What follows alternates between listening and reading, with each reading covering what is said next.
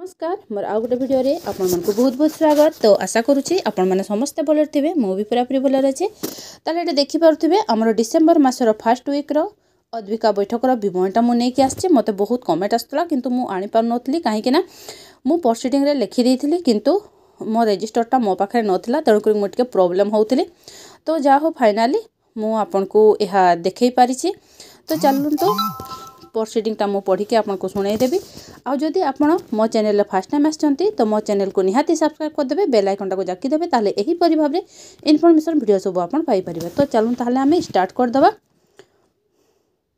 अद्यता डेस 12/2024 दिबा 1 घटिका समय रे एठी प्रथम शनिवार डेट को हमें पकेइबा।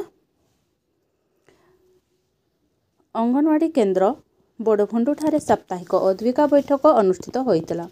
उक्त बैठक रे समस्त किशोरी बालिका, आशा दीदी, एनएम दीदी, जीकेएस मेंबर, एसएचजी मेंबर समस्ते उपस्थित रही आलोचना रे अंशग्रहण करथिले।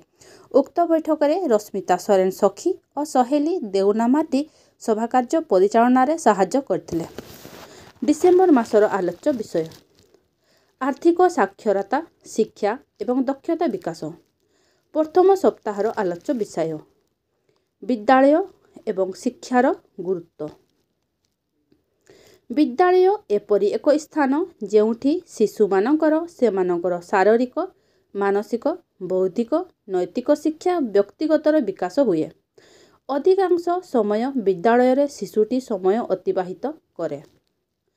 विद्यालय रे छात्र छात्री माने ज्ञान अर्जन करती। एही ज्ञान नैतिक शिक्षा, सामाजिक दायित्वर शिक्षा मिले, जहाँ एक उत्तम नागरिक हेबारे सहाय्य करे। विद्यालयर शिक्षा छात्र मानकर आत्मविश्वास, नेतृत्व दक्षता एवं समाज रे मिसिबार दक्षता को वृद्धि करे। सेहिपरि शिक्षा मानव जीवन रे आत्मविश्वास एवं स्वाधीन भावे चिंता करिवार क्षमता देई थाए। एक व्यक्ति तांको जीविकार भल सुजोग लाभ करिवार समर्थ हुए। चाकरी किंबा व्यवसाय रे सफल हेबार भित्ति यह प्रदान करे। शिक्षा द्वारा लोक माने समाज रे निज स्थान तैयारी करती एवं सम्मान लाभ करती। यह समाज रे सठिक नैतिक मूल्य विकास करिवारे सहाय्य करे। समस्या समाधान और जीवन चलाइबारे सहाय्य करे। शिक्षा जीवन रे सठिक निष्पत्ति नेबार क्षमता दिए। यह लोक माननकु अनुभवपूर्ण चिंता एवं नैतिक सूचना प्रदान करे। उत्तम नागरिक हेबारे सुनिश्चित करे। शिक्षा एक अंतर्निहित संपत्ति जहाँ आर्थिक स्वाधीनता, ग्रहण क्षमता एवं जीवन श्रृंखला प्रदान करिथाए। शिक्षा लोकमानकर मौलिक अधिकार होइथाए एवं यह समाजर समता और न्याय को स्थापित करे।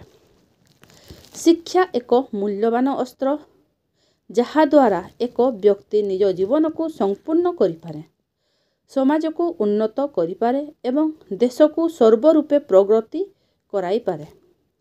समस्त किशोरी बालिका मानकु आईएफएफ प्रदान करागला। सभा शेषर समस्त को धन्यवाद अर्पण करी सभा सांग करागला। तो मु एही परि भाबरे लिखिछि। जदि आपन को एथिर आहुरि किछि ऐड करिबार था निहाती करि पारिबे, किछि भी प्रॉब्लम नुहे। तो ठीक अछि, ताले रहुछि। देखाबो मोर नेक्स्ट वीडियो रे।